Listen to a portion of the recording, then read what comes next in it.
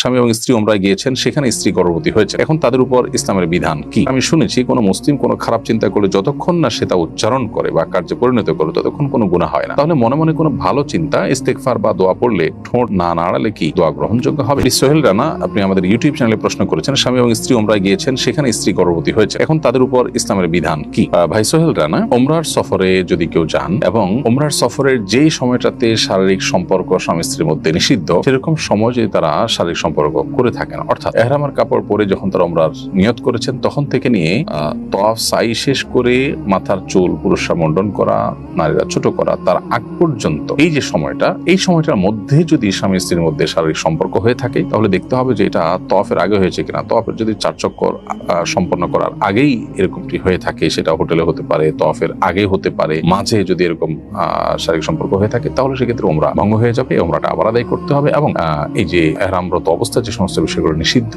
সেগুলো না মানার কারণে, অর্থাৎ স্বামী স্ত্রীর সম্পর্ক, শারীরিক সম্পর্ক কিংবা যৌনতা সংশ্লিষ্ট ক্রিয়াকর্ম থেকে বেঁচে থাকাটা আবশ্যক এই ইহরামরত অবস্থাতে, সেটা তারা লঙ্ঘন করেছেন, সেজন্য তাদেরকে দম দিতে হবে, অর্থাৎ একটা ছাগল অথবা দুম্বা বা ভেড়া এটা মক্কায় জবাই করে গরিবদেরকে খাওয়াতে হবে কিংবা কোনো প্রতিষ্ঠানকে দায়িত্ব দিতে হবে। পাশাপাশি এই ওমরা যে তাদের এই ওমরাতে যে অসুবিধা তৈরি হলো বা তারা যে সমস্যা সৃষ্টি করলেন, এটার জন্য এই ওমরা যদিও কন্টিনিউ তারা করবেন, শেষ করবেন, কিন্তু পরবর্তীতে ওমরার কাজাও তাদেরকে করতে হবে, তার একটা ওমরা তাদেরকে ইহরাম পরে নতুন করে করতে হবে।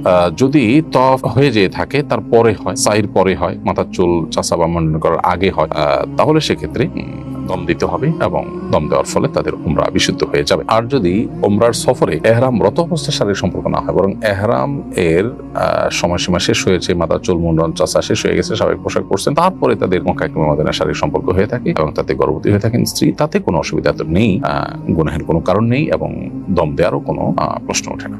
বিধায় সেটাকে অপরাধ মনে করার বা কোনো অন্যায় মনে করবার কোনো কারণ থাকতে পারে না। যদি ইহরাম পরার পর তওয়াফ শেষ করার আগে কিংবা তওয়াফের অন্তত মিনিমাম 4টা চক্কর শেষ করার আগেও এই সময়ের মধ্যে শারীরিক সম্পর্ক, তাহলে সেটা অনেক বেশি গর্হিত এবং তার ফলে দম দেওয়ার পাশাপাশি ওমরাটা কাজাও করতে হবে। এটাকে কন্টিনিউ করার করলেও ওমরাকে কাজা করতে হবে এবং পাশাপাশি দম দিতে হবে। এর পরের সময়ের মধ্যে হলে শুধু দম দিতে হবে, ওমরা কাজা করতে হবে না।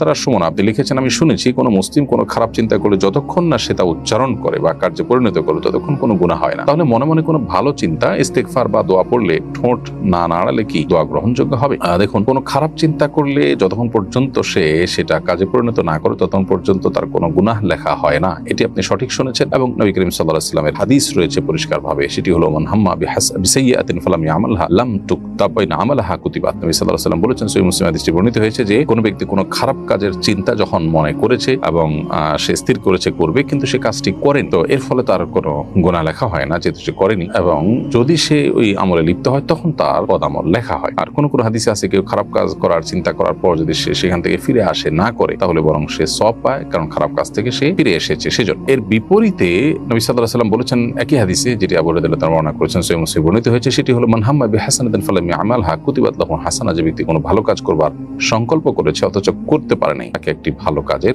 সওয়াব দেওয়া হবে। এটা হলো কোনো ভালো কাজ করার প্রতিজ্ঞা, মন্দ কাজ করার প্রতিজ্ঞা বা ইচ্ছা পোষণ করলে সেটির কথা। আপনি যে বিষয়টি উল্লেখ করেছেন সেটি হলো যে মনে মনে দোয়া করলে, ইস্তেগফার করলে সেটা কাউন্ট হবে না কেন? উত্তর হলো যে মনে মনে দোয়া ইস্তেগফার করলে সেটাও কাউন্ট হবে, সে দোয়া আল্লাহ তাআলা শুনবেন। তবে হ্যাঁ, কোরআন এবং সুন্নাহ যেখানে আপনাকে কোনো দোয়া পাঠ করতে বলা হয়েছে, যেখানে কোনো কিছু বলতে বলা হয়েছে, সেখানে পাঠ করতে যেতে বলা হয়েছে পাঠই করতে হবে, সেটা আপনি মনে মনে করলে হবে না। কারণ ধরুন কোনো একটা টেকনোলজি আছে যে টাচ করতে হবে, তাহলে আপনি সেটা টাচ করার আগ পর্যন্ত কাজ করবে না।